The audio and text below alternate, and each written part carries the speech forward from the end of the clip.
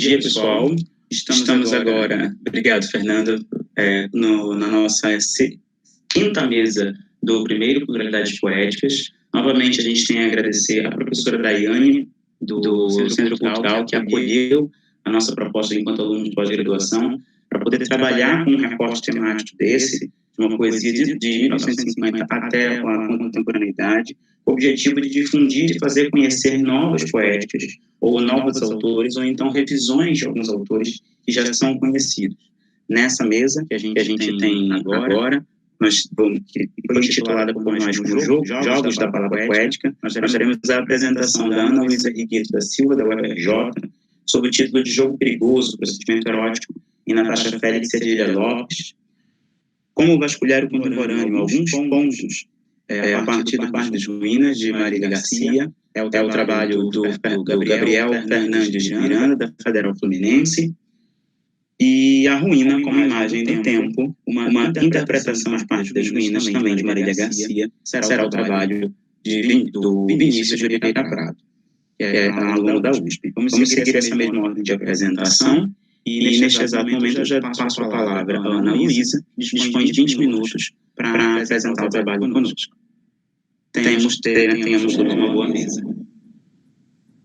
Obrigada, gente. Bom dia. Agradecer a organização do evento e dizer que estou contente de estar numa mesa com pesquisadores de Marília Garcia, que é uma poeta que eu leio bastante.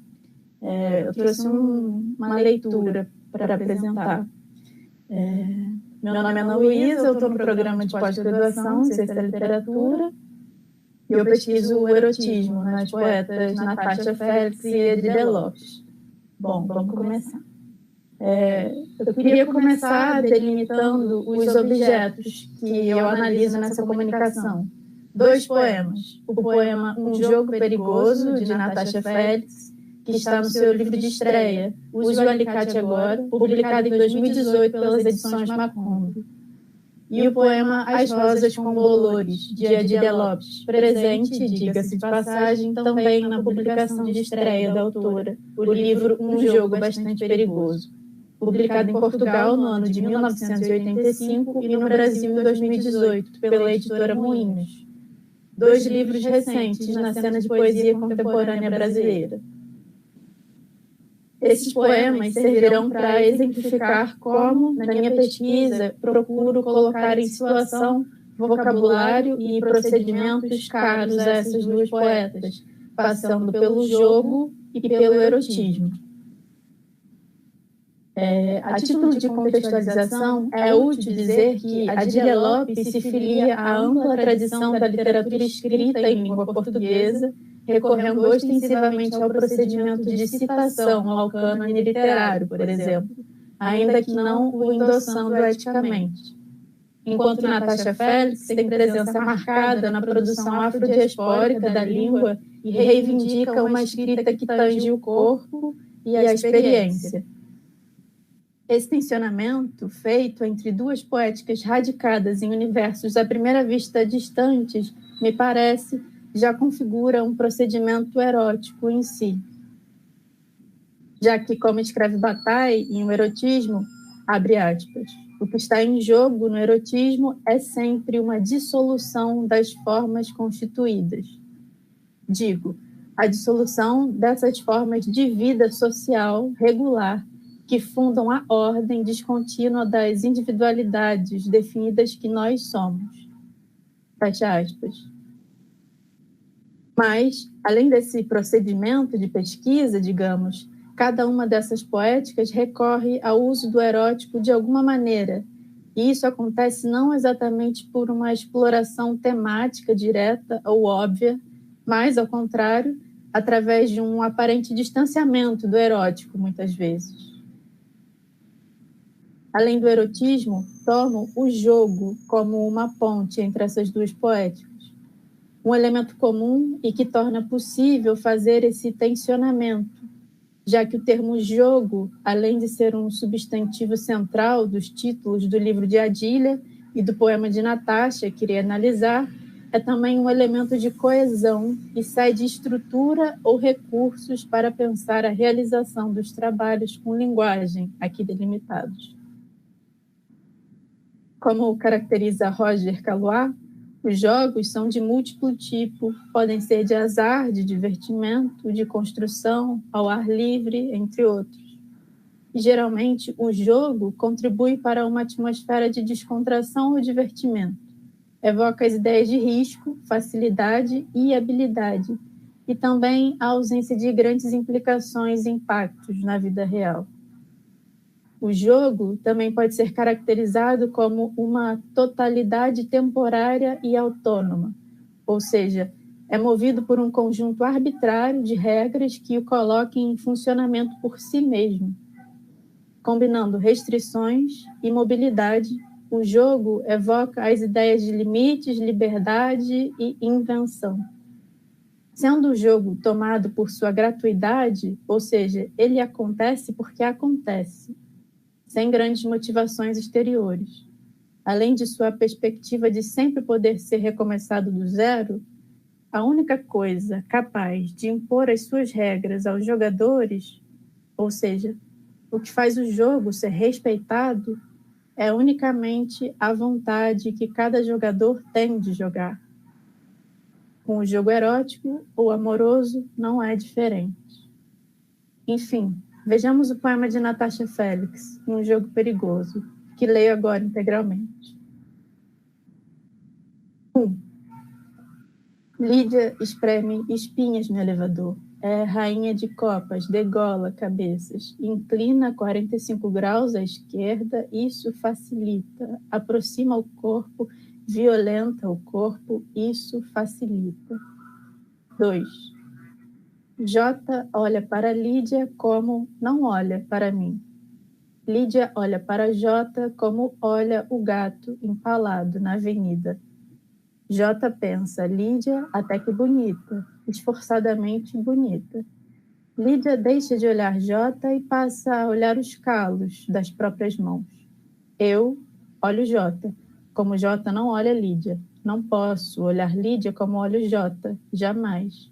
Olho J como crescem os calos, como morrem os gatos, como os pés se perdem no chão. 3. Não há maneiras de J existir além da pele. Fim da leitura do poema. No poema de Félix, há esse personagem chamado J, um homem, mas também a letra que abrevia a palavra jogo. Para J, Lídia é até bonita, esforçadamente bonita. No poema, Lídia deixa de olhar J para olhar calos nas próprias mãos, transitando entre violência e tédio. Chega a imaginar J como um gato na avenida atravessado por uma estaca de aço. E depois então se volta com indiferença para os seus calos, formados nas mãos pela mecânica violenta do atrito.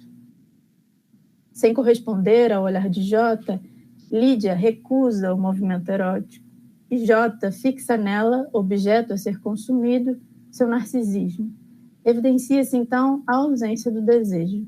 J sustenta ou simula um prazer sem mediação ou interlocução, voltado a si mesmo, nos limites de si e sobre a própria pele. No último verso do poema lemos: não há maneiras de J existir além da pele. Ponto, seguimos para Adília Lopes, no trecho do poema A Rosa com Bolores, em que um ramo de rosas é consumido pelo bolor. O trecho: é muito raro, mas eu gosto de coisas preciosas e sou paciente. Deixo de dormir para observar o crescimento desigual e lento do bolor. A pouco e pouco, o bolor vai cobrindo a pele da rosa, ou antes, alimentando-se da pele da rosa. Adquire o feitio da rosa, não está por baixo do bolor, desapareceu. É preciso sempre estar atenta, porque no instante em que o bolor não pode alastrar mais, a não ser alastrando-se sobre si próprio e alimentando-se de si próprio, ou seja, suicidando-se, naquele ato de infinito amor por si próprio, que é, afinal, todo suicídio. Fim do trecho. Quando lemos, a pouco e pouco, o bolor vai cobrindo a pele da rosa, ou antes, alimentando-se da pele da rosa, adquire o feitio da rosa, não estar por baixo do bolor, desapareceu, o acontecimento parece evocar a questão de Eros, ou a agonia de Eros, como descreve Byung-Chul Han, já que esse consumo da pele da rosa sugere um esgotamento, através de um desdobrar a partir de si para si. O excesso de proximidade que culmina no desaparecimento da pele da rosa, prevalecendo a pele do bolor, essa eliminação absoluta da distância entre um eu e um outro, o que impossibilita o acontecimento de uma relação, também está presente no poema de Natasha Felix, em que a existência de Jota só é possível para além da pele, da sua própria. Não acontece no poema de Natasha, já que Jota permanece aficionado em seus próprios limites, dobrado sobre si mesmo, não se endereça de fato para Lídia e ela tampouco. Para Byung-Chul Han, não se pode amar o outro a quem se privou de sua alteridade, só se poderá consumi-lo. É possível dizer que há aqui uma recusa ao jugo erótico. Agora, gostaria de me deter na forma como Adília Lopes produz enunciados em seus poemas. Elkanan Ferraz aponta para uma encenação repleta de citações, fissuras, desvios, e diz que tudo isso se dá por demais ao nível do tema ou da armação visível dos lances narrativos, limitando-se às modalidades, trocadilhos, repetições, paradoxos, afins, sem que haja uma descida à estrutura, à sintaxe, às formas de composição, ao coração da ideologia. Citando Ferraz. Isto que Ferraz identifica como sendo ao nível do tema ou da armação visível, em Rosa Maria Martello, na leitura que faz de Adília Lopes como ironista, surge assim, abre aspas, o principal alvo de desconfiança de um ironista é o senso comum. E para a ironista, o senso comum é, antes de mais nada, uma linguagem que só pode ser objeto de distanciação mediante o recurso a outra linguagem. Fecha aspas. Ou seja, Martello compreende que Adília está interessada em confrontar redescrições de mundo, operando justamente por meio do senso comum ou do visível, superficial, mas recolocando. Essa ironia, espécie de tomada de distância, se mostra, afinal, como uma não adesão ao senso comum, o que, de algum modo, seja substancialmente ideológico.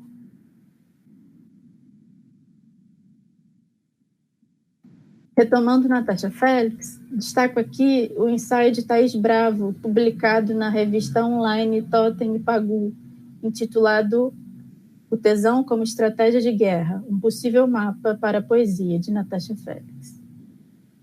Bravo defende que o processo de escrita de Natasha Felix funciona pelo tesão, que se apropria de práticas e incorpora o que não domina. O que em Adília Lopes seria referência ou citação, em Félix é, abre aspas, pegar apenas o prazer, vislumbrar em qualquer material uma outra forma de uso, ter uma ideia, tomar para si, começar o corte, colocar em teste, repetir mais uma vez. Fecha aspas. Nesse sentido, Natasha Felix parece fazer uso da precariedade como método para, citando Glória Anzaldúa, superar a tradição do silêncio ao colocar em prática a voz sexual e a voz de poeta. Precário aqui no sentido daquilo que se faz a partir do inacabado, aquilo que se vale da consciência de que todas as coisas que existem continuam sempre a se fazer. Essas poéticas bastante representativas da produção contemporânea, muito por conta da porção pop que engaja um amplo público de leitores, vemos como Adília Lopes e Natasha Felix se colocam no lugar de sujeitos do amor, admitindo-se a si próprias no universo do fracasso, da sujeira, enfim, do precário e do frágil, distantes de distantes de ideais assépticos de beleza ou de submissão. Essa desidealização da mulher, que se substancializa em sujeito amoroso, inclui também a possibilidade de que possam ser cruéis, mesquinhas, individualistas, ainda que essas características apareçam junto de outras mais virtuosas, o que resulta na encenação de sujeitos mais contraditórios que heróicos. Aqui reinsiro a pergunta que orienta os trabalhos desta pesquisa. Como se dão os usos do erótico nas poéticas de Adília Lopes e Natasha Félix, ou mais especificamente nos poemas aqui analisados? Adília Lopes e Natasha Félix parecem tomar parte da mesma circunstância, aquilo que seria uma crise de Eros, mas de modo distinto. Adília detecta e assiste aos jogos com certo enfado e oscila entre encanto e renúncia momentânea. Natasha também assiste aos jogos, mas parece tomar parte da cena e supor sua lógica. Quer dizer, nos dois poemas, a voz que fala e que não necessariamente coincide com o sujeito empírico da experiência está em cena na posição de quem assiste, vivenciando momentos súbitos de contato. No poema As Rosas com Bolores, Adília Lopes chega a escrever que todos os dias, quando acorda, a primeira coisa que faz é observar se pousou algum bolor em seu ramo de rosas. Se isso acontece, ela deixa de dormir para observar, pois é paciente e gosta de coisas preciosas. No fim do poema, ela toca a rosa na boca, beija a rosa, antes que a rosa parta de vez. E depois, como quem assistiu à tediosa reprise de um programa na TV, avisa que vai dormir. Escreve, porque estou muito cansada. As rosas com bolores cansam-me. Já no poema de Natasha, a voz está aderida à cena por meio do contato visual extremo, violento, de morte. Natasha Félix, ou a voz que fala no poema, olha para Jota como crescem os calos, como morrem os gatos, como os pés se perdem no chão. Para citar Bataille, há na passagem da atitude normal ao desejo uma fascinação fundamental da morte. E ainda, o que está em jogo nessa fúria é o sentimento de uma continuidade possível percebida no ser amado. Essa alusão à violência e à morte que aparecem no poema de Natasha Félix funcionam como essa vontade de continuidade que só se realiza na morte ou na ilusão de morte que a fusão amorosa possibilita. Afinal, é no poema de Adília Lopes que acontece a morte, o desaparecimento da rosa, consumida pelo bolor, beijada na boca por Adília Lopes, ou pela voz que aparece no poema. Sendo assim, talvez se justifique que no poema de Natasha Félix a tensão se eleve ao ponto de sustentar um jogo erótico que não se conclui, que não se consuma, apenas se mantém suspenso, já que não houve maneiras de existir pela pele, pela produção de diferença, que é o encontro com o outro, encontro de fato. Há em ambas uma erótica que se performa através da linguagem, seja pela afirmação do corpo, adentrando a cena, seja por alusão de sentido às relações travadas. A análise desses poemas serve para identificar de que maneira esses usos do erótico acontecem nessas poéticas, desdobrando e deslocando interpretações que, à primeira vista, estão dadas, mas que, ao serem tensionadas e colocadas em terreno instável, reabrem os poemas para leituras. Enfim, o interesse aqui não é tanto apontar o erótico como um tema discernível, mas entender seus usos pela forma e como ele se performa, ou seja, como ele também causa o poema. É isso, gente. Obrigada. A gente agradece pela sua apresentação, Ana Luísa. Terminou até um pouquinho antes do tempo. A palavra imediatamente para o próximo comunicador, que será o Gabriel Fernandes Miranda, da Universidade Federal Fluminense. Gabriel, você dispõe de 20 minutos. Bom dia, pessoal. Queria agradecer a organização, a todos aqueles que estão envolvidos aí, né? É um prazer estar aqui. Eu vou colocar a apresentação. Eu sou Gabriel, eu sou doutorando no programa de pós-graduação em Estudos de Literatura da Universidade Federal Fluminense. A minha orientadora é a Diana Klinger. Esse trabalho não é necessariamente a pesquisa que eu realizo na tese de doutorado, né? Mas, bem, trouxe uma leitura aqui para tentar trazer esse poema. Começo, então. Em 2017, eu ingressei na pós-graduação em Letras na Universidade do Estado do Rio de Janeiro. Foi uma experiência de mudança radical, no meu deslocamento, na minha rotina e na minha área de pesquisa. Um ano depois de Marília Garcia enxergar naquele mesmo campus uma política de ruína, pouca coisa havia mudado. Os técnicos ficaram sem receber salários, a universidade esteve em greve e os corredores e rampas passaram quase o ano todo vazios, denunciando espectralmente o que se produzia ali.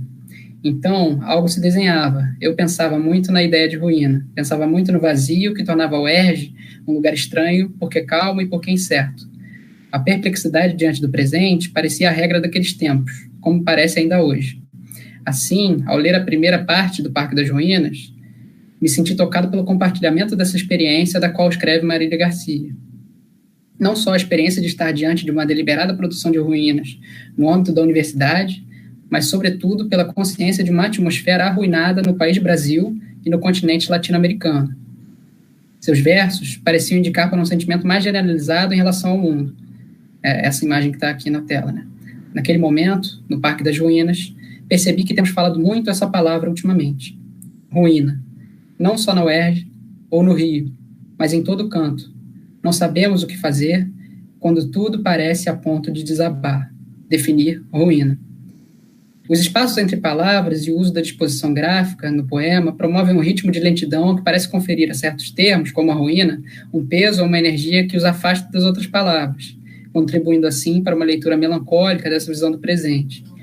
O último verso desse trecho aparece como possível lembrete para a própria autora, em uma jogada reflexiva que mantém no poema final um indício de sua produção e performance, né? Lembrando que o Parque das Ruínas inicialmente foi uma fala, né? Realizada ao vivo, mas pode ser lido também como chamamento em aberto para a definição de ruína pelo leitor, podendo apontar tanto para a experiência lacunar da leitura, quanto para a impossibilidade mesma de definir essa palavra.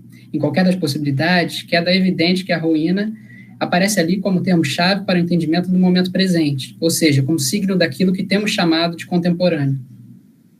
Respondendo ao chamado do poema, busco a definição de ruína que tem me acompanhado por algum tempo, aquela proposta pelo teórico alemão Andreas Huyssen.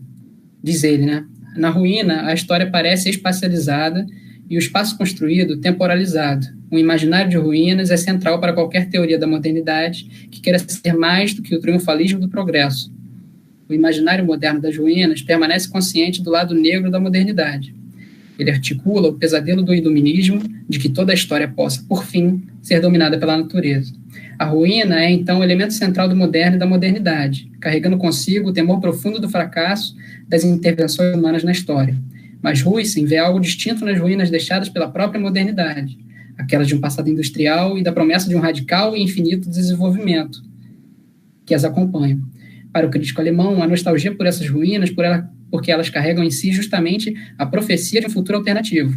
A ruína, nesse sentido, provoca uma visão do presente em desencanto. A falência do projeto moderno, a desindustrialização e as modificações nas relações produtivas produzem um panorama fértil para o desenvolvimento de uma nostalgia por esses passados e futuros perdidos. Não há elemento mais significativo de uma modernidade desenvolvimentista do que os traços brutalistas da arquitetura do campus Maracanã da UERJ, né? Que aparecem na poesia de Marília Garcia. A leitura do presente como ruína, marcada por uma dupla articulação de nostalgia e desencanto, não é exclusividade do poema da Garcia ou do pensamento do Huyssen. Essa relação com o contemporâneo se manifesta ainda em outros textos, como no livro Ghosts of My Life, do crítico cultural britânico Mark Fisher, cujas ideias têm ganhado impulsão no atual momento do neoliberalismo. Para ele, o Fischer, né, uma das características mais marcantes da cultura pop do fim do século XX e do início do XXI é a performance do anacronismo, sobretudo na cultura musical. A impossibilidade de criar novas formas estéticas na contemporaneidade é acompanhada da fetichização das formas do passado. E aí eu cito ele. O tempo cultural se dobrou em si mesmo, e a impressão do progresso linear deu lugar para uma estranha simultaneidade de tempos. Fim da citação. No argumento de Fisher, a cultura e a arte do presente, especificamente do Reino Unido, aparecem necessariamente como bloqueadas do futuro, condenadas à repetição mais do que à inovação formal. As causas para esse estado estariam para ele nos efeitos do neoliberalismo que retira o acesso aos recursos necessários para a produção do novo, por meio da diminuição dos investimentos na infraestrutura cultural e na educação superior. O resultado desse estado de coisas constitui um tempo habitado por fantasmas, aqueles das formas artísticas do passado ou dos futuros que nos foram prometidos.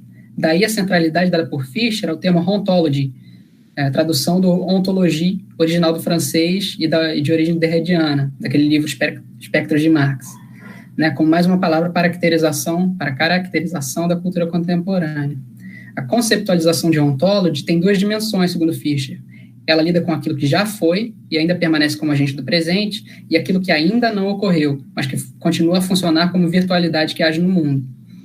E aí o exemplo que o Fischer dá é justamente o espectro do comunismo do Marx, do qual fala Derrida. Essa dupla agência de virtualidades é uma das formas de leitura de nosso tempo, e ativa nostalgias de formas estéticas, ao mesmo tempo que mantém como virtualidade futuros que não se atualizaram.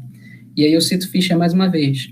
O que deveria nos assombrar não é o não mais da social-democracia realmente existente, mas o ainda não dos futuros que o modernismo popular nos ensinou a esperar, treinou-nos para esperar, mas que nunca se materializaram. O crítico inglês defende sua posição melancólica como que se baseia principalmente no potencial da virtualidade futura de um outro ordenamento social. É interessante notar que o pensamento de Fischer está apoiado sobre um outro teórico, o italiano Franco Bifo Berardi, que é uma figura de grande importância no movimento autonomista e operaísta italiano dos anos 70. Em seu livro Depois do Futuro, publicado aqui pela UBU, Berardi parte do manifesto futurista de outras vanguardas para ler as modificações que a categoria de futuro e suas possibilidades de ser imaginada passaram no século XXI. O momento modernista, segundo Berardi, se caracterizaria pela profunda fé no futuro da modernidade, ou seja, um futuro industrial, com a centralidade da máquina e de desenvolvimento das forças produtivas, compartilhada, portanto, por todo o espectro político, incluindo o historicismo hegel-marxiano. Para Berardi, o futuro, em sua acepção moderna, carrega sentidos tranquilizantes. De um lado, é conhecível pela ciência. As linhas de seu desenvolvimento linear podem ser traçadas desde o presente. E de outro, é modificável pela ação humana, seja pelo Estado hegeliano, que funciona como agente do espírito, ou pela inversão materialista marxiana do proletariado, que faz o mesmo. A transformação do mundo após os anos 70 significou, entre outras coisas, o surgimento de uma profunda crítica a modelos de conhecimento de tempo linear, que tornaram o presente e a própria história elementos tão complexos que passam a descambar na impossibilidade de serem submetidos a leis ou regras. Nesse cenário, a ação humana tem se provado cada vez menos efetiva, e o futuro segue bloqueado. Assim como Franco Berardi, o escritor argentino César Aira aponta em um ensaio diretamente para a ligação das vanguardas com uma certa concepção de tempo teleológica, em direção ao futuro imaginado. Aira escreve sobre o estado da arte contemporânea e como ela configura, desde a criação desse nome, também nos anos 70, uma espécie de suspensão do tempo estético. Para o escritor argentino, contemporâneo seria um momento histórico, eu cito ele, um momento histórico que renega ludicamente a história para se dispersar como um presente permanente. Fim da citação. Em sua concepção, a arte contemporânea seria aquela marcada por uma corrida incessante e infindável entre a obra de arte e os meios de sua reprodução, de maneira que todo o movimento da produção artística contemporânea está voltado a uma invenção de formas para escapar aos dispositivos de reprodução, vídeo, fotografias ou gravações de áudio. Ainda que haja movimento em direção ao novo na arte contemporânea, na leitura de Aira, o presente se encontra estagnado, sobretudo por uma abertura que precede a contemporaneidade. Abertura essa produzida por Marcel Duchamp, cujo mito cria um panorama de investimentos mínimos na arte contemporânea. E aí eu cito ele. Houve uma atomização que se parece a uma liberação, e se abriu um espaço de manobras de uma amplitude nunca vista antes. Já nada estorva ou incomoda com o seu tamanho. Todo debate se dá entre mínimos. Não há mais Picassos nem angústia das influências. A excepcionalidade do gênio ficou encapsulada em uma figura do passado, deixando o livre presente para o deslocamento de uma constelação de excepcionalidades provisórias e parciais. Dessa maneira, o panorama que ele traça é de uma fragmentação profunda em que a produção do novo se libertou de toda a angústia moderna, integrando as artes em microdebates e avanços. Diferentemente do que vi até agora, a concepção diária do Estado contemporânea é positiva, destoando do desencanto presente em Berardi, Fischer e na poesia de Marília Garcia. O presente que não passa e o enclausuramento do futuro não parecem problema para a arte do presente na leitura diária. Para ele, no entanto, é a literatura o campo no qual parece impossível ser verdadeiramente contemporâneo. Eu cito uma passagem dele. A literatura possui sua matéria feita mais de ausência, e a respeito do tempo, cria seu passado, cria seus precursores, talvez porque esteja sempre falando de mundos desaparecidos. E todo o mérito que os escritores buscam é este, o de ser o único sobrevivente visível de um grande naufrágio, o da beleza do mundo. Sobrevivente de um naufrágio, a imagem que Aira impõe aos escritores é bem mais romântica e melancólica do que aquela que caracteriza os artistas. Em seu texto, a literatura ganha ares de anacronismo trágico, na medida em que não pode habitar o agora.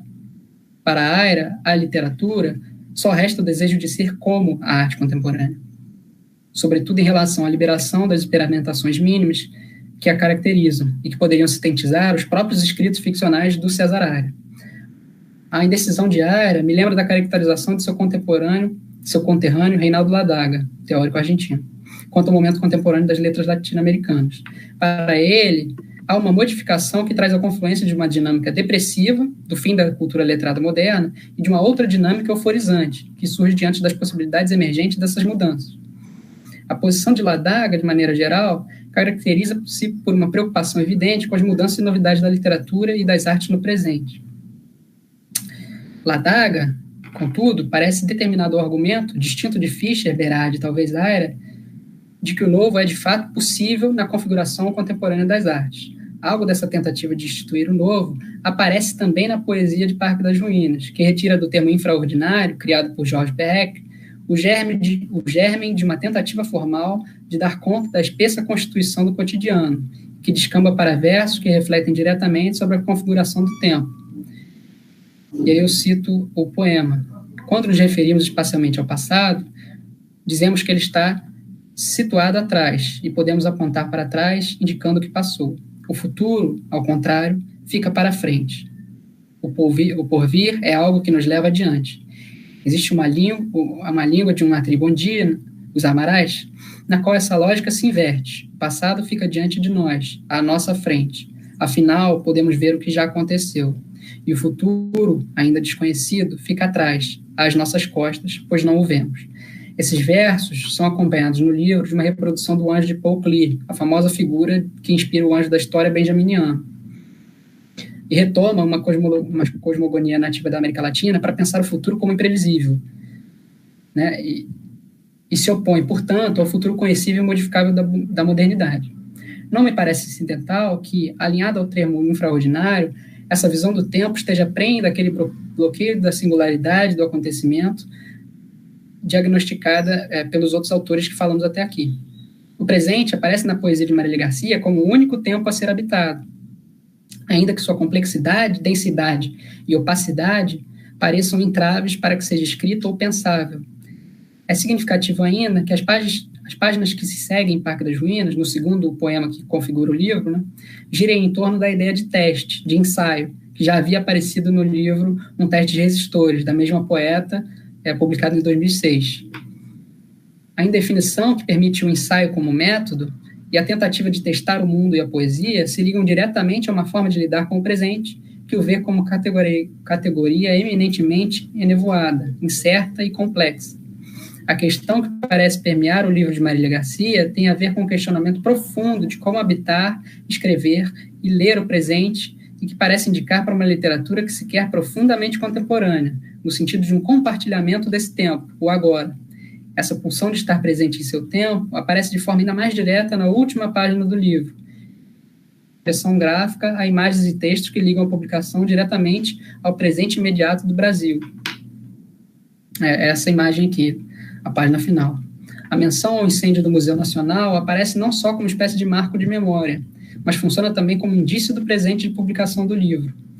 pela qual se enfatiza a impressão inicial da poeta de um mundo e um tempo em ruínas, né, e situa o livro de poesia como prova de um presente compartilhado, um presente em ruínas, justamente. A leitura de Parque das Ruínas me fez pensar justamente nas configurações da noção do contemporâneo. A partir dos autores já mencionados, um panorama parece se formar, com algumas marcas desse tempo e dessa configuração artística que chamamos de contemporâneo. Primeiro, o futuro parece bloqueado e imprevisível.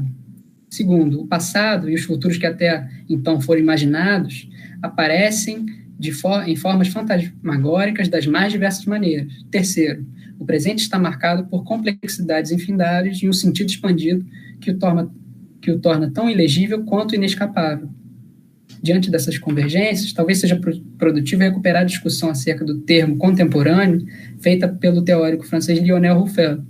O crítico se inspira no método arqueológico de Foucault para compreender as transformações e aparições do termo em um processo de passagem de adjetivo, né, o contemporâneo como adjetivo, para essa nova configuração dele como substantivo.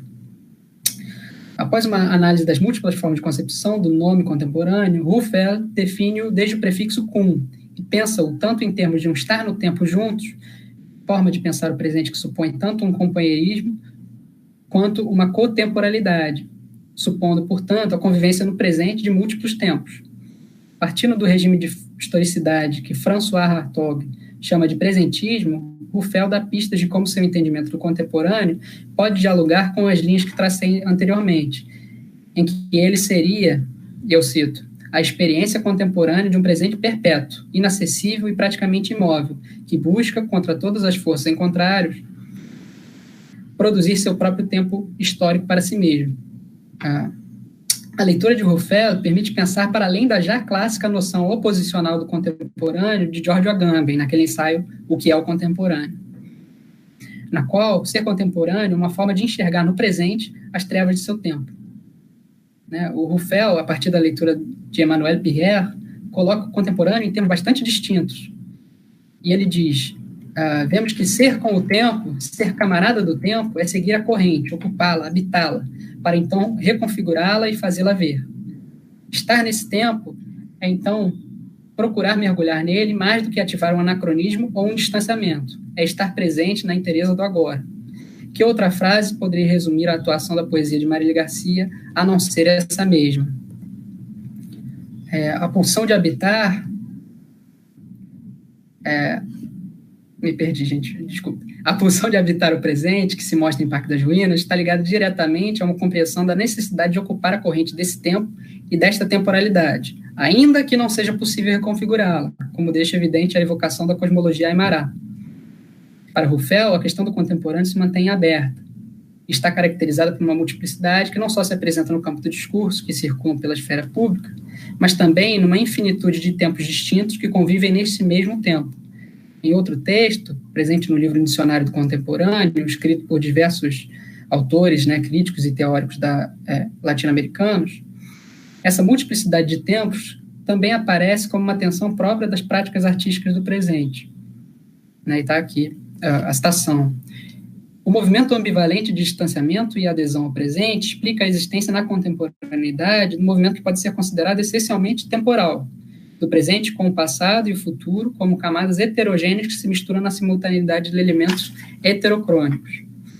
Acredito que essa convivência de tempos está presente na poesia de Marília através das inúmeras obras cinematográficas e artísticas que atravessam o livro, aparecendo também por meio de imagens e fotografias que se inserem ao longo do poema. Contudo, caberia ressaltar ainda que essa multiplicidade de tempos aqui não tem como elemento o futuro, mas apenas as obras do passado e a insistência na leitura e na habitação do presente. O futuro aqui, como marca de uma temporalidade contemporânea, permanece cerrado, inimaginável. Eu gostaria, por fim, de terminar aqui, acho que eu ainda tenho um tempo, trazer a contribuição de Rodrigo Turim, que em seu ensaio Tempos Precários, insere no debate da temporalidade do presente a noção de sincronização. A noção essa que define que existem formas distintas de promover modos compartilhados de estar no tempo, disciplinando e unindo a multiplicidade informe de temporalidades que convivem no presente. A sincronização contemporânea, em tempos de fractalização da experiência e do trabalho, ocorre de diversas maneiras, segundo Turim. né? E aí ele enumera algumas dessas maneiras. No entanto, o que nos interessa aqui é que Turing afirma que há um modo de sincronização hegemônico, que aspira à totalidade. Este modo, chamado de sincronização neoliberal, se constrói principalmente por uma rede semântica que ocupa os espaços midiáticos e empresariais e que passa a falar através de nós. Isso eu cito ele, né? Reconstituindo os tempos e as subjetividades. A sincronização promovida por essa rede semântica do neoliberalismo compreende uma passagem da subjetividade ativa da modernidade para uma caracterização do sujeito como ator passivo diante da história e da política. Daí a centralidade de termos como resiliência e flexibilidade no léxico neoliberal que nos é vendido a todo momento. As implicações levam a uma forma de historicidade fundamentada na incerteza, na individualização de riscos e que abandona o futuro como horizonte de expectativa, um procedimento que Turing chama de destemporalização da história, e que dialoga diretamente com os diagnósticos de Fischer, Berardi e Ruffel. Bem, então terminando, né, o que parece acontecer é que na poesia da Marília Garcia, o futuro aparece bloqueado, e, no entanto, a insistência dela em habitar o presente pode trazer formas de resistência a essa espécie de bloqueio do que o Turing chama de autoritarismo pelo consenso, da sincronização neoliberal. Então, ainda que não seja possível, talvez, reconstruir a categoria de futuro, em 2020 isso parece cada vez mais evidente, ainda pode ser possível achar formas de habitar o presente, aqui e agora, de formas a modificá-lo de forma imediata, né? Então, é mais ou menos isso. Ainda teria muitas outras coisas para falar, mas o tempo é curto. Obrigado, Gabriel. A gente agradece pela apresentação. E Vinícius, você será o próximo. Vinícius vai apresentar para a gente, da Universidade de São Paulo, vai apresentar para a gente o trabalho A Ruína como Imagem de Tempo, uma interpretação de Parque das Ruínas de Marília Garcia, para dialogar um pouco e apresentar. Vinícius, você dispõe de 15 minutos. Bom, agradeço a receptividade do evento, né? Estou muito feliz de vocês aqui hoje. Assim como o Gabriel, eu não sou para assim dizer, acho que a partir do momento que a gente começa a estudar, a gente se torna um pesquisador daquilo que a gente estuda, né? Mas de formação, falando assim, eu sou da área de filosofia, lá da USP, né? Mas eu fiz o meu mestrado sobre Otávio Paz, né? Eu concluí meu mestrado em 2019, então muito do que eu vou falar aqui hoje, a minha leitura é um pouco orientada, né, por aquilo que eu estudei em relação ao Otávio Paz, que tem muita ressonância nos autores que o Gabriel trouxe para a contribuição dele também, né? Acho que esse tema da temporalidade presente é uma coisa que é um tanto quanto inescapável se tratando de autores e autoras latino-americanos, por assim dizer. Essa questão da temporalidade, né, devido ao passado colonial, devido a toda essa forma como as utopias europeias, eu me refiro às utopias pré-coloniais propriamente, né, as utopias foram projetadas aqui, né, tornou a temporalidade uma questão desde sempre, né. Bom, deixa eu deixar o meu cronômetro aqui. Então, eu não tenho uma apresentação pronta, eu tenho um esqueleto do que era para ser, né? A gente fala tanto de tempo, me vou preparar isso, né? Mas quando eu penso essa questão da ruína como imagem de tempo, para ser sincero com vocês, ela é o desdobramento de uma conversa que o grupo que eu participo lá na USP, o grupo de Estética Contemporânea, do Departamento de Filosofia, que é coordenado pelo professor Ricardo Fabrini, esse grupo, nós fizemos uma conversa com a Marília Garcia, né? A gente teve o privilégio, vou deixar o link aqui para vocês acompanharem se vocês tiverem interesse. Nós fizemos uma conversa com ela, foi uma conversa muito boa, que Basicamente foi uma conversa a partir de algumas questões que já estavam sendo trazidas pelo grupo, né? A partir de duas leituras, né? Leitura do Cascas, de Georges de Dilberman, né? E do próprio Parque das Ruínas, né? A gente se dedicou a ler um pouco o Parque das Ruínas, e, bom, cada um trouxe a sua questão, e essa era a minha, né? Eu cheguei, inclusive, a perguntar para a própria Marília Garcia, e a resposta dela foi ótima. Eu cheguei a perguntar para ela se a gente não podia interpretar mesmo a ruína, né, como uma imagem de tempo. E aqui eu estou pensando em imagem de tempo numa extração paziana, né, numa definição que Otávio Paz ele dá.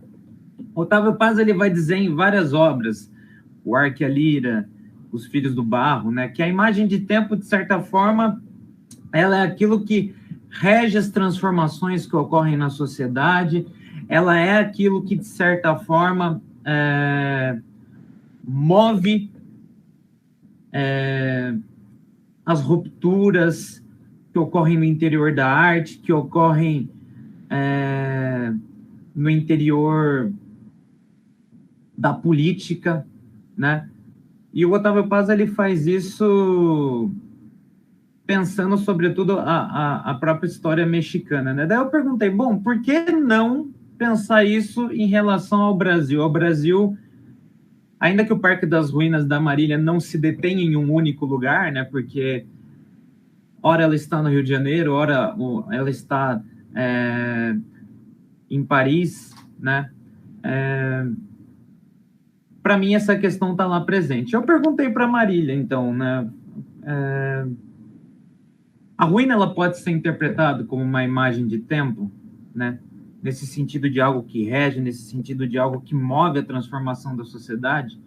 E, bom, a resposta dela foi não sei. Então, eu falei, eu me senti possibilitado a pensar por conta própria aqui, né? Bom, mas, de certa forma, né, eu pretendia falar disso, mas eu comecei a analisar o poema e eu vi que, de certa forma, ele traz muito daquilo que o Otávio Paz chama justamente de imagem de tempo, a começar pelo fato, né, de, inicialmente, ele começar com a imagem da lágrima da Rosalind Fischer, né? Aqui, já nas primeiras páginas, né, eu vou mostrar a imagem aí para vocês, mas estou mostrando o livro aqui na minha câmera. Nas primeiras imagens, ela traz justamente a obra Topografia das Lágrimas, né, da Rosalind Fischer. Ela traz essa imagem que ela realiza uma experiência de leitura, né, em que ela joga justamente com as noções de proximidade, distanciamento, né. Se a gente analisa bem essas imagens, né, vou passar outras aqui também, elas parecem como campos, parecem como imagens de satélite, mas essa impressão, ela está aqui, né, por causa justamente desse excesso de proximidade, né?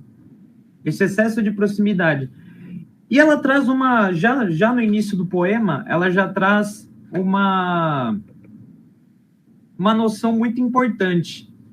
Ela diz que essas lágrimas, né, que estão aí hiperdimensionadas, que a imagem delas, de certa forma, está dada de uma forma hiperbólica, mas tão hiperbólica que a gente sequer percebe a proximidade, elas são atlas temporários. Eu acho que essa noção de atlas temporários, essa imagem, né, porque falar de noção, né, gente da filosofia acha que tudo é conceito. Essa imagem de atlas temporário, ela é uma imagem muito profícua, ela é uma imagem muito rica, porque ela traz no seu interior algo que para mim apareceu como uma questão, como uma tensão aqui na poesia da Marília, né? Tem um dos momentos na página... deixa eu ver aqui rapidinho. Na página 23, que ela já coloca o seguinte: queria contar sobre outra experiência, de olhar e ver. Esse poema, O Parque das Ruínas, ele é um poema que como o Gabriel apresentou muito bem, é um poema que trata sobre o tempo, mas ele também trata da experiência e da experiência de ver, né? O que se pode ver e o que, de certa forma, pode ser visto. Na mesma medida em que a poesia, ela também, a poesia dela, ela se volta sobre o que se pode dizer e o que pode ser dito. E como representar, inclusive, na poesia, aquilo que não pode ser dito. Então, uma poesia que ela tenta representar, ela assume, por assim dizer, essa tarefa que estava presente em autores que ela leu, que ela conhece profundamente, como os concretistas, está presente também no Otávio Paz, está presente em muitos poetas brasileiros, que é essa tarefa de dizer aquilo que não pode ser dito. E ela encara esse desafio, como o Gabriel apresentou, esses espaçamentos, né?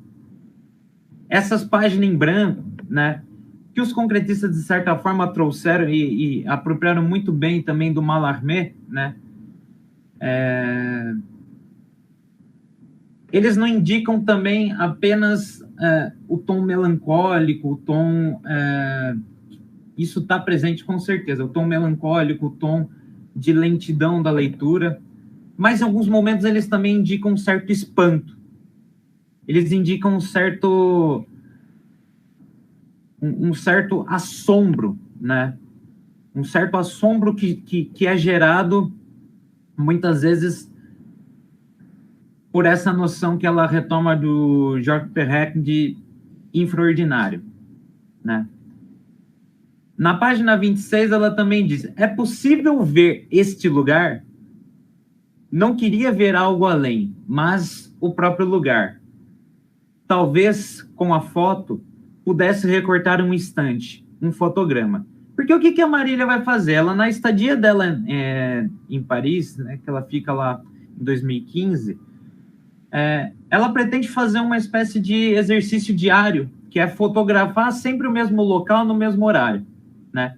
Para ver se ela consegue justamente ver o lugar. E ela chama a nossa atenção para essa imagem do lugar, né?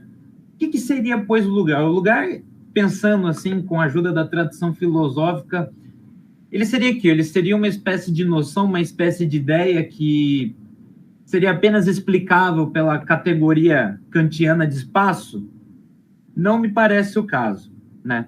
O lugar, então, eu acho que o lugar, ele se assimila a outra imagem da Marília Garcia, que é essa de atlas temporário. O que é um atlas? Se a gente for pensar, e eu estou projetando essas imagens da lágrima para vocês, porque é a imagem que abre o poema, e eu acho que ela é muito eloquente nesse sentido. O atlas, ele tem a função de mostrar graficamente como que as coisas se dão no espaço, né? Como que as coisas se dão no espaço. Mas um atlas temporário, né, parece um termo que é ambíguo por si, é um termo paradoxal, né? Não que os atlas não sejam em si temporários, só que o tempo de um atlas, por assim dizer, o tempo geológico das coisas, exceto o atlas político, no caso, né? Mas o tempo geológico das transformações do relevo, elas são muito imperceptíveis. Então, a ideia de atlas, ela aponta para uma duração, né? E aqui eu retomo aquele princípio, aquela ideia bergsoniana muito forte que vem sendo trazida também por alguns filósofos contemporâneos, como Davi Lapujade e assim por diante. Ela aponta para essa ideia de duração que carrega já uma intensidade conferida a um espaço. Então, essa noção de lugar, a gente pode dizer que ela é uma imagem-conceito híbrida. É uma imagem-conceito híbrida entre tempo e espaço. Tanto que depois essa noção, essa palavra, ela vai voltar, ela vai chamar atlas temporário sentimental. Então, vejam, a ideia de tempo e espaço aqui, elas estão imiscuídas uma na outra. Só que a ideia de sentimento também aponta para uma outra temporalidade, que é a temporalidade própria do poema, a temporalidade própria da poesia, né? Que carrega toda essa noção de instante, né? Eu fiquei muito impactado com a leitura desse poema justamente pelo fato, né, da palavra instante já aparecer na primeira página. E eu acho que, de certa forma, a noção de instante, ela guarda justamente essa capacidade da poesia de operar com diversas temporalidades, com temporalidades múltiplas. Bom, voltando então ao que eu disse anteriormente sobre os espaços, sobre esses momentos de espanto, né? Ela, ao citar isso que é justamente o infraordinário, né? Isso que ela chama de o barulho de fundo do hábito, né? Que está presente também, sobretudo no romance, que está presente também na poesia moderna.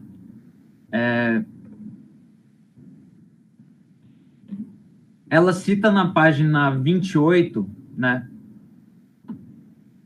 a partir da exibição de um filme. Deixa eu só abrir aqui rapidinho.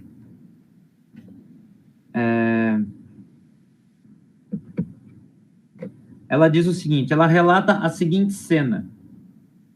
Numa manhã, Og mostra as fotos para Paul, um velho amigo. A princípio, o amigo acha que são todas iguais, as fotos, né? Afinal, partem do mesmo ângulo e enquadram o mesmo ponto. Mas, aos poucos, nessa repetição dos dias, Paul vê. Deixa eu compartilhar aqui para vocês verem como isso se dispõe graficamente. Numa das fotos, tiradas anos antes, ele vê a esposa que tinha falecido no momento da vida em que os dois não estavam juntos. Ela parece congelada num instante. Bom, e ela diz, né? É engraçado que ela compara justamente a esse instante que só é cognoscível a partir de um repertório passado, a partir de uma certa ideia do passado, a partir justamente de uma ruína. Aí, no caso, qual que é a ruína? É uma ruína emocional, é uma ruína de memória que, de certa forma, estaria presente no campo da percepção do Paul, né? Que é o amigo do Og que tem as fotos. Só que vejam, aqui esse é o momento justamente em que a Marília, ela representa, ou melhor, ela apresenta um momento de assombro, que é um momento em que surge justamente aquilo que depois, posteriormente, ela vai chamar de aparição fantasma. E ela diz isso justamente na página 29 do poema. Não, desculpa, gente, não está na página 29, não. Ela diz isso na página 34, tá? Ela diz, depois, fazendo uma comparação com outro caso, já pensando mais numa perspectiva histórica, ela cita o Harun Farok, né? Imagens do Mundo e Inscrições da Guerra, né? Que é um documentário dele, um documentário que mostra justamente imagens, né? Que foram filmadas ao longo da Segunda Guerra Mundial. E numa dessas imagens, né, o Harun Farok, ele apresenta para a gente que a CIA, ela tinha filmado alguns campos de concentração, só que na época ela não sabia. Foi apenas revisitando essas imagens depois que se soube, né, que se tratava do campo de concentração de Auschwitz. E tanto num caso quanto no outro, ela vai dizer, trata-se de uma aparição fantasma. E, bom, essa ideia de fantasmagoria, que é uma ideia muito presente no Walter Benjamin, né? Uma ideia que está presente de forma bastante forte na obra Passagens, né? Ela também está presente no Huyssen, né? Porque eu me valho aqui não do mesmo texto que o Gabriel apresentou, mas de um texto que antecede nessa obra aqui, Culturas do Passado Presente, né? que é o jardim como ruína, né? O Huijsen, ele tá, de certa forma, analisando a série fotográfica chamada O Jardim, de Pipo Nguyen-Duy, acho que é assim que se fala, gente, que é um fotógrafo de origem vietnamita que se dispôs a fotografar antigas estufas. Eu vou mostrar algumas imagens aqui para vocês.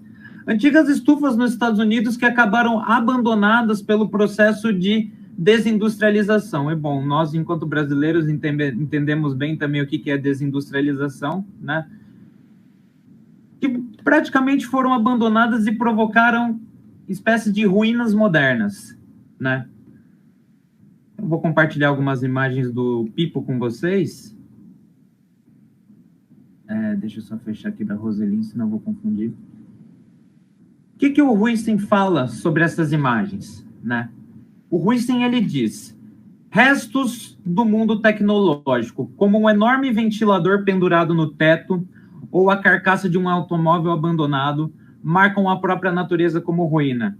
Ainda que haja certo renascimento na ruína, ainda que cada estufa da série exiba a sua própria ecologia, a natureza ali é inteiramente marcada pela melancolia. Esse renascimento da natureza não é retorno à inocência do jardim. O próprio jardim foi estragado, contaminado, e ali estão as ruínas do agronegócio para prová-lo. Mas quanta beleza visual há nessa contaminação, como é irresistível essa decadência. Então, de certa forma, né, só para concluir então, pessoal, porque meu tempo já se esgotou, e aqui eu mostro outras imagens para vocês. O que a Marília faz, de certa forma, é mostrar a potencialidade dessas imagens, a potencialidade dessas ruínas. E eu gostaria de concluir, né, justamente com uma citação da Susan Book-Morss, que ela pensa nesse livrinho aqui, O Passado do Presente, que está publicado pela editora Cultura e Barbárie, né? Ela pensa justamente algo que, a meu ver, aparece nessa obra, né? Que é uma relação entre uma matriz temporal outra, um juízo crítico que está presente aí, uma vez que a escrita poética da Marília, ela não ela é uma poética que se sabe a si mesma, ou seja, como o poema posterior do Parque das Ruínas, poema no tubo de ensaio, mostra, evidencia a todo momento, é uma poética que se pensa a si mesmo e que anela, portanto, a verdade. Então, eu concluo com essa citação da Susan Book-Morss, né, que é uma leitura assídua do Walter Benjamin também. Aliás, essa obra toda é sobre o Walter Benjamin, a imagem do anjo, né? Tem outras coisas interessantes, mas que eu posso dizer depois. E eu cito: a matriz temporal na qual a verdade está incrustada, essencialmente transitória, é o critério para o juízo crítico. Uma ideia difícil, porque vai contra procedimentos convencionais que narram a história de modo sequencial e distanciado. Diante da natureza fugidia da verdade, qualquer tentativa de permanência da interpretação histórica conduz ao erro. E ela conclui também o texto dela: acontecimentos do passado não podem fornecer a chave para o presente, a menos que sejam separados de uma linhagem hereditária direta. E, bom, ela diz ao cabo, então, que não há nada na história humana que nos seja alheio. Só para concluir mesmo, realmente, agora, pessoal, eu não vou ficar postergando, a última imagem que aparece realmente, como o Gabriel bem mostrou para a gente no Parque das Ruínas, é a do incêndio do Museu Nacional, né? E a Susan Book-Morss, ela trata justamente nesse livro aqui também, ela faz um panorama de vários incêndios que aconteceram ao longo da história de muitas bibliotecas, né? E ela mostra como isso é uma constante, que, portanto, então, uma postura historiográfica que resgate e visa evitar, de certa forma, essa ruína negativa, que é aquela ruína que não sobe, da qual não sobra nada, né? Tem que sempre estar permanente. E, bom, estourei meu tempo. Obrigado pela atenção, gente. Eu vou ler os comentários agora. A gente agradece, Vinícius. Casey acabou tendo um contratempo, ela entrou durante a apresentação de um dos colegas e ela estava programada para essa mesa também, como último trabalho.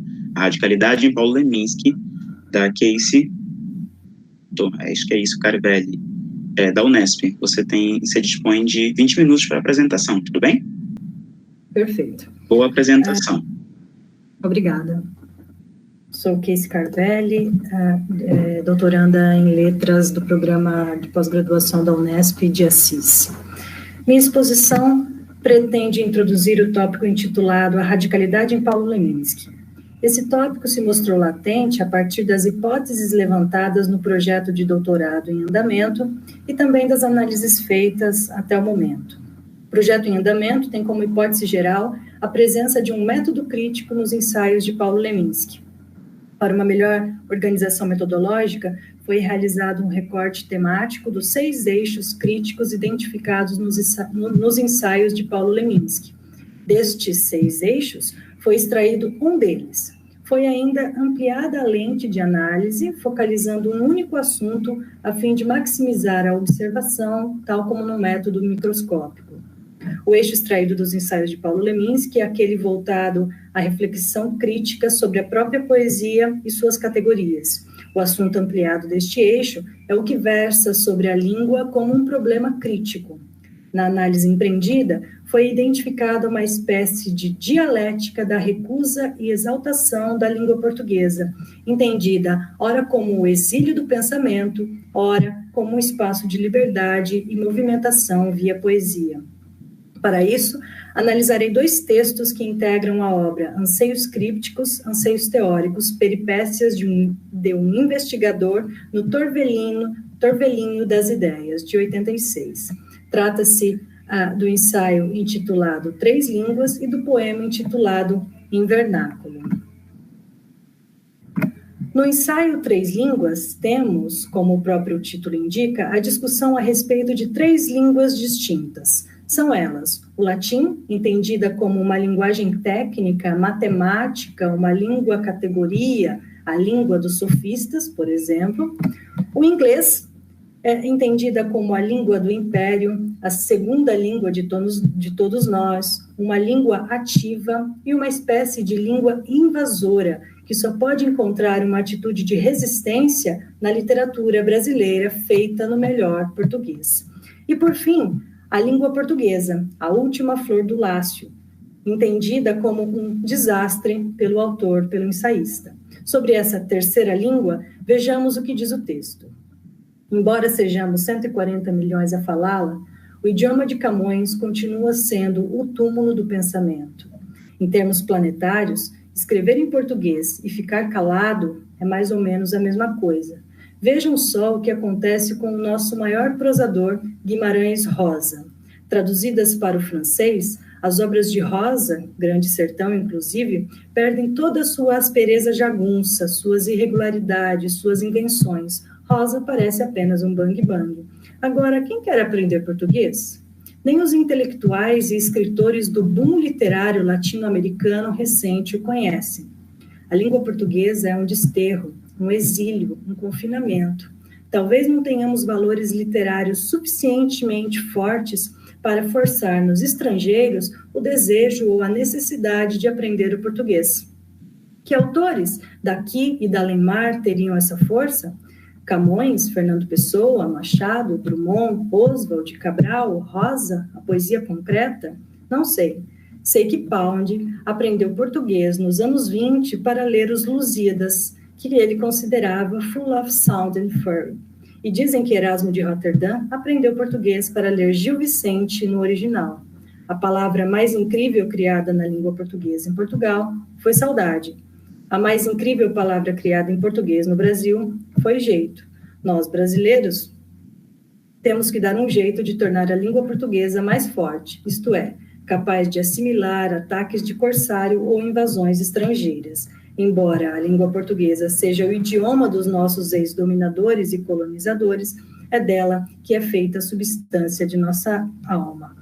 Observando aquilo que eu chamo de primeira parte desse ensaio, encontramos um dos movimentos da chamada dialética da recusa e exaltação. Claramente, o ensaísta atesta o fracasso da língua portuguesa, afirmando ser um exílio do pensamento, um desterro, uma língua que, diferentemente do latim e do inglês, não tem em sua natureza o caráter técnico, como no latim, nem o caráter de ser uma língua que se impõe pela supremacia tecnológica, econômica e cultural, como o inglês. A recusa à língua portuguesa, portanto, é evidente, situação que, em seguida, é subvertida pelo outro movimento que constitui a dialética leminskiana, um movimento de exaltação a essa mesma língua. Vejamos no segundo trecho, né? Que autores daqui da Além-Mar teriam essa força? Camões, Fernando Pessoa. Eu não vou ler de novo porque eu já li o texto inteiro, mas se trata desse início até o final. Repetimos o primeiro trecho, né? Essa questão de qual autor teria essa força, para demonstrar que a transição da recusa à exaltação da língua portuguesa se dá textualmente pela inserção da seguinte questão: algum autor é capaz de dotar a língua portuguesa de uma força comparável à força econômica de um inglês ou ao caráter técnico de um latim? A resposta se dá na constatação de que um dos maiores poetas da língua inglesa do século XX, Ezra Pound, aprendeu português para ler um clássico. Isto, para o ensaísta, atesta uma fagulha de força da língua portuguesa possível por um único caminho, o da literatura. Ora, se não parece existir aí a comprovação da hipótese de haver uma dialética da recusa e exaltação da língua portuguesa. Tal qual um poeta altamente interessado nas reflexões sobre seu próprio ofício, Paulo Leminski, neste caso, recupera um dos tópicos mais remotos da literatura brasileira, o da língua como um problema crítico, segundo Antônio Cândido, e como um exercício de metalinguagem. Numa replicação de análise, a fim de verificar a validade desse procedimento dialético, buscamos outro texto que versa sobre o mesmo assunto e que está presente na mesma obra ensaística. Em Vernáculo, poema que abre anseios crípticos e ensaios teóricos, lemos o seguinte: em Vernáculo: esta língua não é minha, qualquer um percebe. Quando o sentido caminha, a palavra permanece. Quem sabe, mal digo mentiras, vai ver, só minto verdades. Assim me falo, eu, mínima, quem sabe, eu sinto, mas sabe. Esta não é minha língua, a língua que eu falo trava uma canção longínqua, a voz, além, nem palavra. O dialeto que se usa, à margem esquerda da frase, eis a fala que me lusa, eu, meio, eu, dentro, eu, quase. A começar pelo título, temos logo um jogo também dialético de sintaxe e semântica. Vejamos. O sufixo in, inserido no termo vernáculo, em língua portuguesa, indica a negação de uma língua castiça, expressão que pode bem definir o que é um vernáculo. Além desse sentido, é possível pensar na partícula in, não como um sufixo da língua nossa, mas como a preposição da língua inglesa. E aí, o sentido do título se altera, ou melhor, se complementa. Em vernáculo indica, nesse caso, um movimento de estar dentro do vernáculo, ou seja, um exercício de pensar os funcionamentos internos que regem esse mecanismo língua. Levando esses dois sentidos como válidos e complementares, adentramos ao poema e encontramos esse mesmo duplo operando em dois conceitos, o de língua e o de dialeto. A língua, nos primeiros versos, é prontamente apresentada como o espaço de uma recusa facilmente identificada. Essa língua não é minha, qualquer um percebe. Tal recusa se constitui pelo caráter estático da palavra, entendida como a parte mínima da língua, dimensão que mal diz mentiras e que somente verdades. No primeiro verso da terceira estrofe, a recusa é reforçada pela inversão sintática e pela substituição do pronome demonstrativo essa por esta. Se no verso que abre o poema aparece essa língua não é minha, aqui na terceira estrofe aparece esta não é a minha língua. Isto é, o eu lírico afirma não ser sua a língua vernácula, entendida como fixa e, portanto, ausente de sentidos vivos, já que os sentidos presumem movimento. Qual é, então, a língua do eu lírico? Ou melhor, qual é a língua que o poeta, assumido no poema, assume também ser a sua língua? Que língua é essa? Trata-se, portanto, da língua falada pelo poeta e que tem por natureza ser uma canção longínqua, uma voz além e que nega o caráter fixo da palavra. Tal afirmação parece inserir a transição necessária da recusa à língua, empreendida nas duas primeiras estrofes, e a exaltação ao dialeto, entendido como uma língua além de que é composta a voz do poeta, conceito caro, inclusive, ao próprio Pound dos Cantos, citado por Leminski no ensaio lido anteriormente. A voz do poeta, portanto, está além da palavra, e por isso aparece o conceito do dialeto, uma espécie de língua viva, língua em movimento, matéria-prima indispensável à poesia. O dialeto como a língua que se constitui à margem esquerda da frase, como a fala que me lusa, isto é, a expressão que verdadeiramente ilumina o poeta. Sem falar aí que lusa, de luzir, iluminar, é sonoramente idêntico ao termo lusa, não é? Indicativo da origem lusitana da língua. O recurso sonoro é outro elemento de importância nesse poema, como em fala, lusa, palavra, por exemplo. Só que essa análise a gente não vai fazer, eu não vou fazer, porque eu extrapolaria aí o meu tempo, né? O que vale, por fim, ressaltar deste poema é a presença do mesmo jogo dialético percebido no texto anterior, o de recusa e exaltação, aqui verificado a partir da instauração dos conceitos de língua e de dialeto. O poeta, entendido aqui como esta personagem, este ser que fala, atua como um articulador desse mecanismo dialético, colocando-se, por isso mesmo, num interstício entre língua e dialeto, no meio, no dentro e no quase.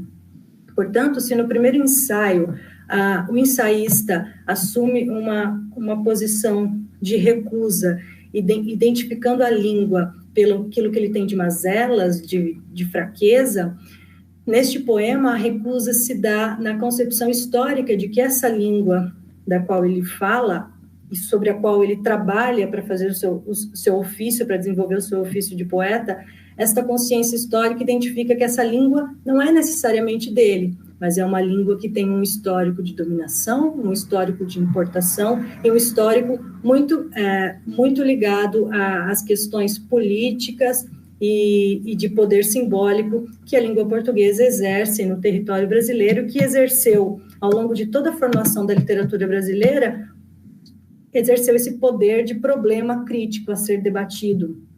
Por exemplo, no romantismo, quando se pensa numa tentativa de transformar a literatura brasileira em algo autônomo, né? É bom a gente lembrar que antes do romantismo, a literatura brasileira ela não era considerada uma literatura brasileira, ela era um apêndice da literatura portuguesa, né? No modernismo, esse tipo de problema crítico, ele parece ser superado quando se afirma a questão do dialeto, quando se afirma a coloquialidade, quando se afirma a liberdade de alterar a língua portuguesa em território brasileiro. Porém, na época em que Leminski escreve esses dois textos são do período da década de 70, início de 80, embora só publicado em livro em 86, parece ser um problema crítico superado, né? Poucos poetas vão trabalhar com esse tipo de problema, porque já é entendido como fim de caso aí pelos primeiros modernismos. Leminski, ao contrário, retoma esse assunto e subverte algum tipo de perspectiva que ainda é possível fazer sobre ele. A dialética da recusa e exaltação da língua portuguesa, matéria-prima do poeta, é entendida, portanto, como um gesto de radicalidade, tanto porque retoma um problema crítico fundamental da formação da literatura brasileira, quanto porque, assumindo a postura de poeta, e de um poeta moderno e pós-68, subverte as reflexões correntes sobre a língua, identificando, antes de tudo, as mazelas, as deficiências e os autoritarismos de que é feita a língua portuguesa, sobretudo essa adotada em território brasileiro. Essa recusa, no entanto, não se dá de maneira pura e extrema, sem uma contraface. A radicalidade está justamente na exaltação dessas mesmas deficiências que são capazes de gerar, como consequência, espaços de fissura no terreno concreto, que é o vernáculo. E é nessas fissuras por onde se torna possível emergir uma língua verdadeiramente poética. É na deficiência do vernáculo que se mostra possível, ou que surge, ou que brota, ou que se fortalece o dialeto, que é entendido aí como um elemento não fixo, um elemento de movimento, um elemento que se movimenta ao passo que a sociedade se movimenta. O dialeto, então, estaria ligado ao sentido, enquanto a língua está ligada ao vernáculo. E conforme Leminski, em um outro ensaio publicado em um suplemento literário paranaense, Polo Cultural, também na década de 70, se nessas fissuras da língua se torna possível emergir essa outra língua verdadeiramente poética, é na poesia onde a língua assume um estado verdadeiramente de invenção. Ou seja, a poesia, para o Paulo Leminski, é a língua em estado de radicalidade.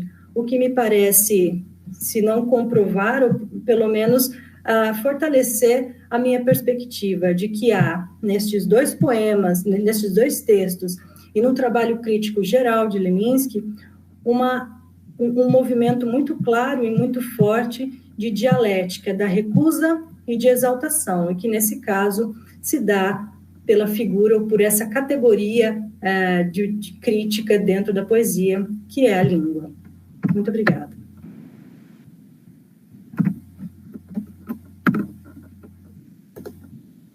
A gente que agradece, Casey, pela sua colaboração. Fico feliz que você tenha conseguido chegar a tempo para poder partilhar com a gente esse trabalho sobre Paulo Leminski. Nós temos parabenizações para vocês no YouTube e um comentário no seguinte sentido. Quando faziam, claro, conversam com alguma, por viés temática, até pelo mesmo livro, os trabalhos do Vinícius e do Gabriel acabam conversando de maneira mais direta em razão do próprio recorte que eles fizeram. A meu ver, isso não significa que não haja um diálogo com os demais trabalhos, mas eu vou tentar fazer uma costura no seguinte sentido. Pelo que eu consigo perceber, o trabalho da Casey, em alguma medida, no trabalho da Ana Luísa, uma espécie de tratamento da palavra, por isso o jogo da palavra, que faz com que mobilize categorias que eram a priori fixas. Tanto a língua, como a Casey apresenta como algo que denotava um tempo específico, que era um tempo de cristalização, um tempo de cristalização, e essa cristalização, por sua vez, é o que denota a deficiência do vernáculo, por isso o invernáculo que vai aparecendo uma vez ou outra na fala dela, a partir do Leminski. Já na Ana Luísa, o que me parece é que, assim, a evocação de um conceito de erotismo como um jogo perigoso, tanto na Dília quanto na Natasha, prescinde do reconhecimento de que havia uma categoria anterior a essa que previa um olhar erótico que tinha como alvo uma instância muito específica com uma configuração feminina.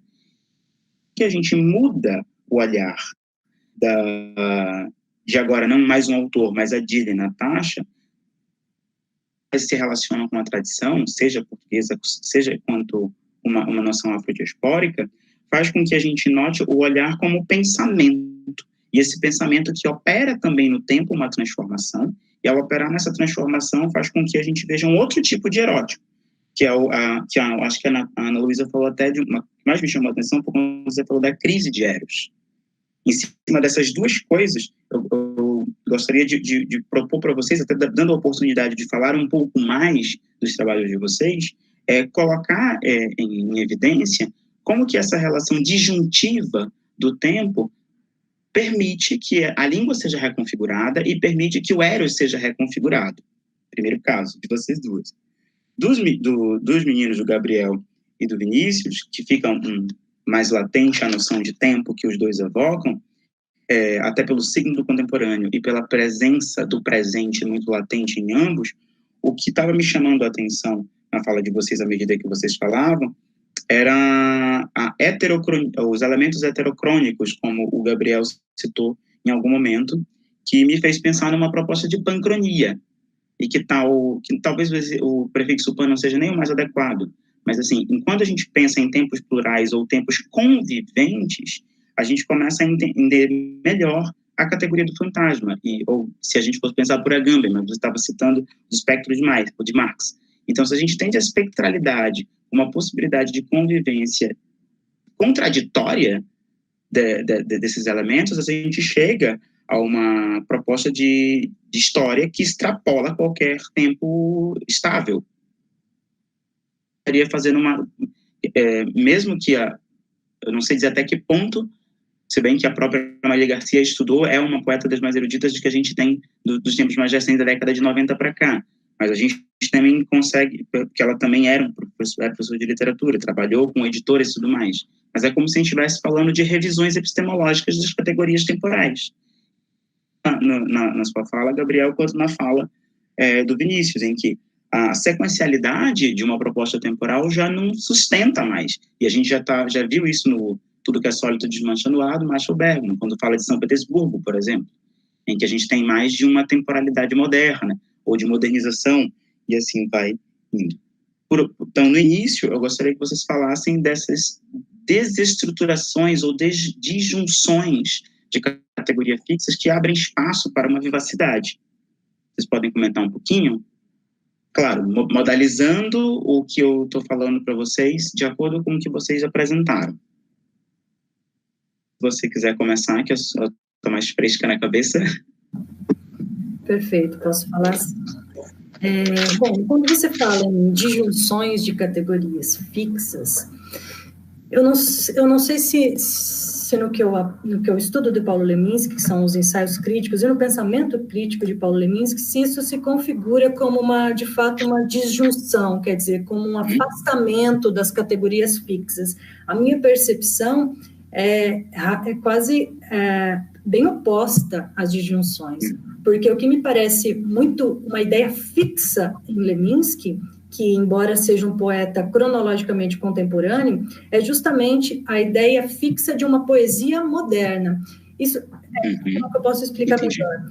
Quando eu identifico 6 eixos críticos na obra ensaística do Paulo Leminski, eu identifico que uma ideia muito, muito fixa dele é a investigação a respeito da natureza e da função social da poesia e do poeta. Quando ele pensa a função social da poesia e do poeta, ele parte para uma concepção ou para um questionamento a respeito do que é poesia, o que é poeta e várias outras categorias. Quando ele pensa sobre isso e quando ele vai afirmar e responder essas questões, embora a sua prática poética talvez não possa ser bem visto, mas quando ele faz isso nos ensaios e mesmo nos chamados manifestos que ele publica, o conceito de poesia, de natureza da poesia, de natureza do poeta, é sobretudo um conceito de poesia moderna, e é por isso que ele trabalha com essa metalinguagem muito frequente com a ideia de radicalidade. Quando ele vai falar da língua, não se trata de afastar o conceito, de afastar a categoria moderna, mesmo romântica, de língua para aquilo que ele está falando agora. Ele não está falando sobre uma língua que será a língua do século XXI. Não, o que me parece é que a ideia fixa dele sobre o que é língua é uma ideia, sobretudo, moderna. Justamente por isso que se aplica essa dialética. Eu recuso a ideia de um vernáculo, mas eu não excluo a ideia de um vernáculo.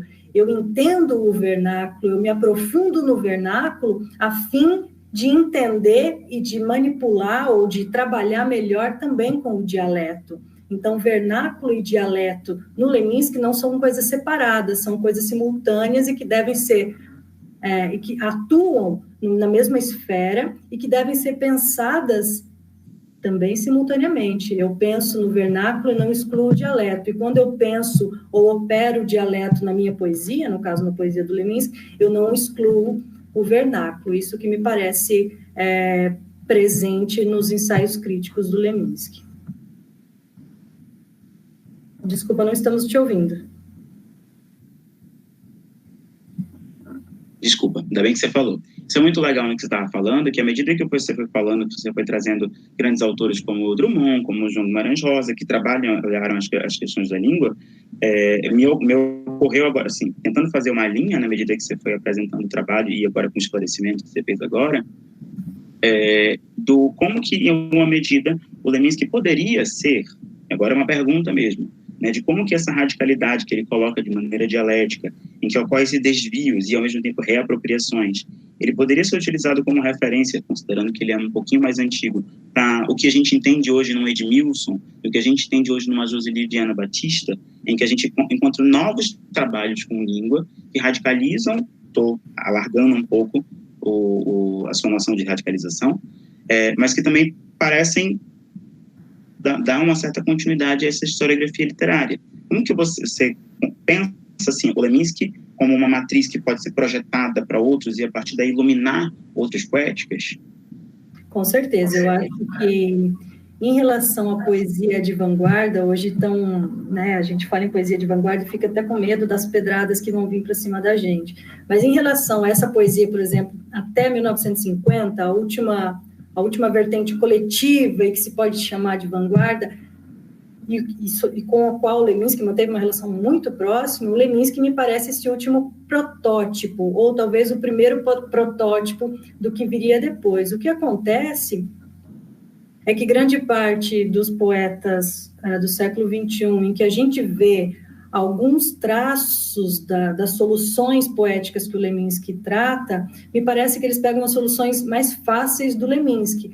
Agora, autores como os quais você citou, principalmente o Joseli, por exemplo, eu entendo que há, sim, essa dimensão mais radical do Leminski, e não só uma dimensão radical no sentido da prática poética, no sentido do experimentalismo no texto, mas, sobretudo, uma radicalidade crítica, uma radicalidade que envolve a reflexão crítica de categorias que são fixas da poesia, onde quer que a poesia esteja, né? Em que momento ela esteja não interessa nesse caso, interessa essa volta sempre frequente de questões críticas que são inerentes da própria poesia, e que sem essa reflexão crítica sobre essas categorias, a própria poesia não caminha, ela só repete. Então, eu acho, sim, e isso é uma das hipóteses que eu também tenho, que o Leminski tem uma dimensão daquilo que ele pensa muito forte naquilo que vem depois dele. Mas há aí traços e ecos de diferentes medidas, que aí precisaria entrar em cada poeta para verificar em que medida ela se apresenta. Mas, para mim, ele é um pensador dessa época que contribui para justamente pensar criticamente a poesia que a Viviana Bose, por exemplo, chama de pós-68. A gente agradece. Ana Luísa, para você, ainda lembra? Vou tentar... Não consegui anotar, vou tentar responder assim o que eu lembro, se você quiser. Não tem problema, assim, eu repito sucintamente. É porque me chamou a atenção muito no seu trabalho, assim, se evoca uma categoria de Eros, essa categoria de Eros é igualmente transformada na poesia no momento em que você fala sobre a crise de Eros. Era justamente sobre essa crise, nessa transformação, que eu gostaria que você comentasse um pouco mais para te dar a oportunidade de explorar um pouco mais essa revisão, de alguma medida, que essas autores fazem. Tá. Eu acho que essa nomenclatura crise de Eros vem muito desse autor, né, o Byung-Chul Han. E aí, para trazer isso para a Dília e Natasha, eu vejo isso como uma espécie de incapacidade ou de impossibilidade de que os jogos eróticos se consumem, né, pelo menos nesse momento desse trabalho, dessa pesquisa, assim, no atual estado das coisas. E aí, tanto na Dília como na Natasha, isso aparece de um jeito diferente, assim. E é como se cada uma... Enquanto em Adília, essa impossibilidade do jogo erótico, apesar possibilidade do jogo, não, essa impossibilidade da conclusão desse jogo erótico vir para uma espécie de distância, assim, da carne, digamos. Tem sempre uma alusão. Na Natasha já acontece outra coisa, que é uma espécie de colocar o corpo ostensivamente em cena, mas sem, de fato, haver esse encontro com o outro, assim, com uma diferença. É quase como se fosse um encontro de produtos, assim, produtos eróticos se encontrando. E aí é nisso que tem essa crise de Eros, assim, que é essa impossibilidade de encontro com essa diferença, assim. E aí acho que isso se dá de maneiras diferentes nessas duas poetas, e acho que é muito frequente, assim, pelo menos nesses primeiros livros delas, assim. Não sei se respondi a pergunta. Pelo contrário, está bem clara. É porque, assim, na medida que você vai falando, e agora me ocorreu outra coisa, de que, assim, foi o Vinícius, eu acho que falou sobre o Otávio Paz, e o Otávio Paz também fala sobre o erotismo. E ele entende que o erotismo não é mera sexualidade animal, mas é uma cerimônia, é representação. Então, quando você fala dessa sexualidade transfigurada, e apresenta o jogo, como que a gente pode pensar, então, que essa transfiguração acontece no plano da metáfora, que é a maneira de apresentação primordial, mas talvez primeira, do que vai se acontecer dos próprios títulos, em que ela se propõe a fazer, tanto do livro quanto do poema. Tem isso no Otávio Paz, o erotismo aparecer sem a finalidade da reprodução, né? E o erotismo ser próprio da poesia e da linguagem poética. E aí isso é mais uma camada, assim, desse trabalho, eu acho, que é ver o erotismo como uma espécie de elemento que causa, assim, essa poesia através não só da metáfora, mas do modo de configurar essa linguagem poética, assim, pelo enunciado, mas também pelo tema, ou, enfim, como essas poetas fazem isso pela linguagem, assim, que tipo de jogos estão ali implicados para que se chegue a um erotismo que é também metáfora, mas não só metáfora, mas é linguagem poética, assim, uma forma de sustentar, assim, a linguagem pelo erotismo, uma espécie de energia, assim, de vida que sustenta essas poéticas. A gente agradece.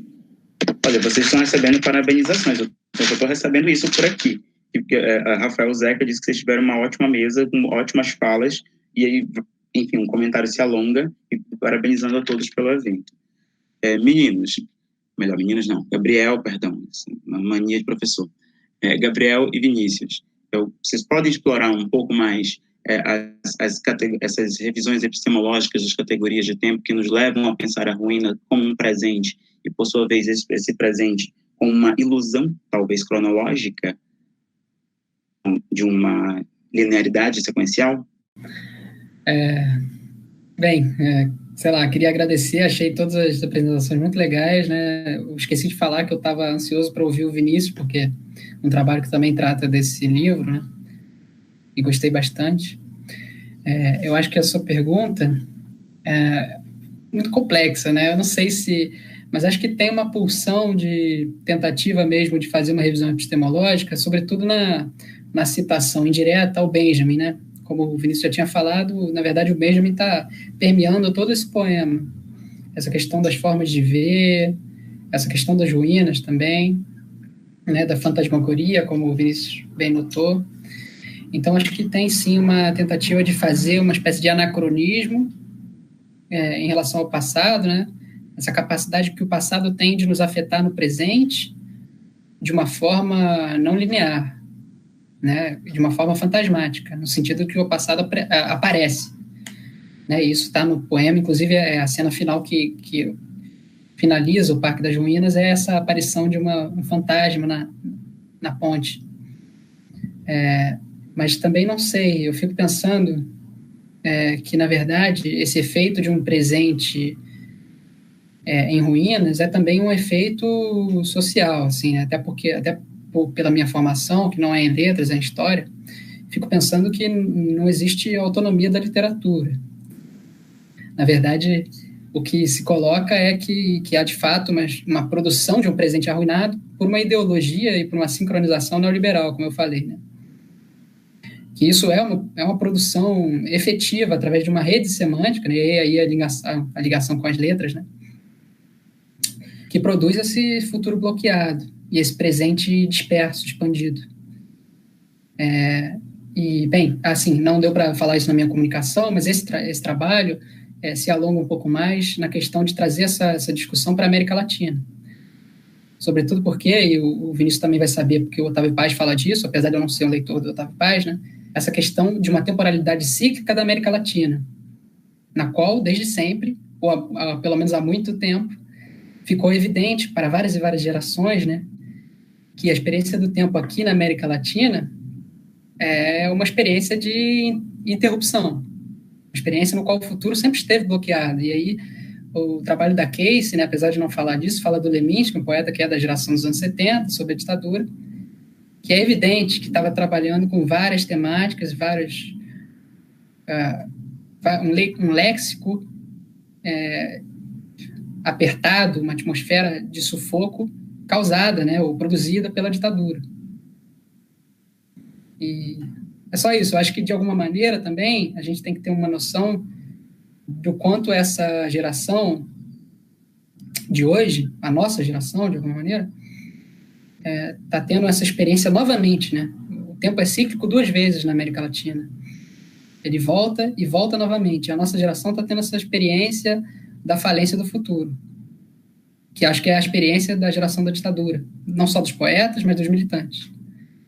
E acho que isso se coloca hoje no presente como uma fantasmagoria, uma aparição, né? Uma repetição da história como tragédia de novo. Não como farsa, mas como tragédia novamente. Na medida que você está falando, eu vou lembrando do que disse o próprio professor Eduardo Sterzi, do Topos da Terra Devastada, anteontem conosco. Parece que a ideia do Parque das Ruínas, agora como recuperação desses Topos da Terra Devastada, nos coloca diante angústia, que eu só penso assim, não consigo pensar isso sem pensar no Heidegger, sem essa angústia profunda que parece que acontece. Vinícius, por favor. Pelo que eu me recordo, a sua pergunta originalmente falando trazia essa questão do fato de se haver uma conjunção, né, entre a linguagem e a temporalidade que trouxesse de volta à vida, né? Vocês já acabaram citando, né, a dupla chama, né, do Otávio Paz, e realmente nesse livro ele traz essa questão não só do erotismo, mas ele traz também a questão do amor, né? Porque a ideia da dupla chama seria justamente a camada de sobreposições, né? E, de uma forma ou outra, ele defende que, de certa forma, ele resgata até alguns versos do Quevedo, né? Quando ele fala do amor, que o amor ele é alguma coisa que resiste ao tempo. E eu acho que isso também aparece no Parque das Ruínas, porque no momento que a Marília está discutindo, de certa forma, a determinação histórica, né? Ela cita, né, as cartas que o avô dela, né? O avô dela, o tio-avô, melhor dizendo, né? O tio-avô dela foi para a guerra no lugar do avô dela, porque o avô dela era uma pessoa mais debilitada, né? E ele foi no lugar do avô dela.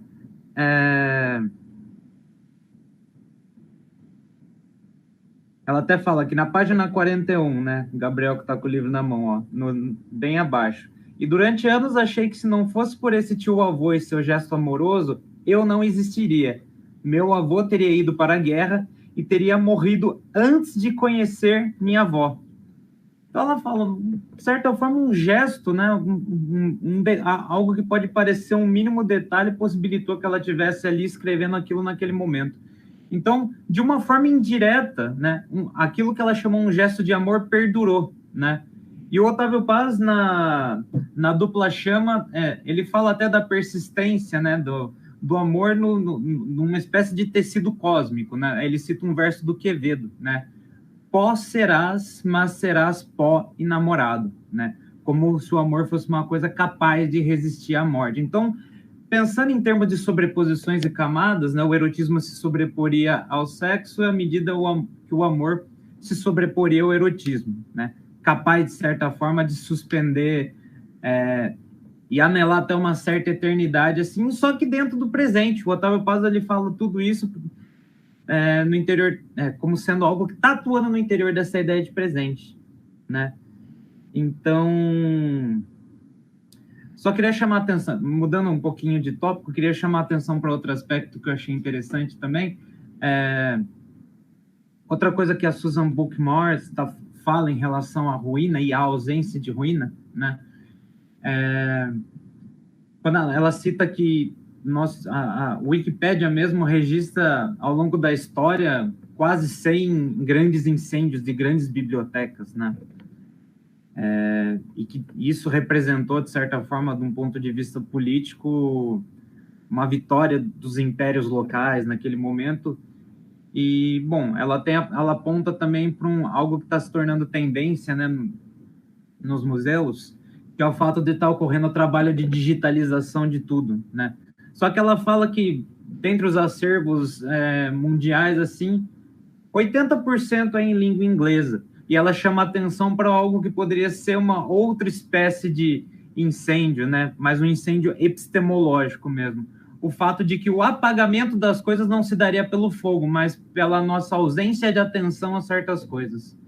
A ausência de atenção a determinadas ruínas, né? Ou seja, as ruínas estão aí, a informação está dada, acontece que o nosso olhar não capta, né? Então, isso, talvez uma ideia de temporalidade da urgência seja justamente de a gente não deixar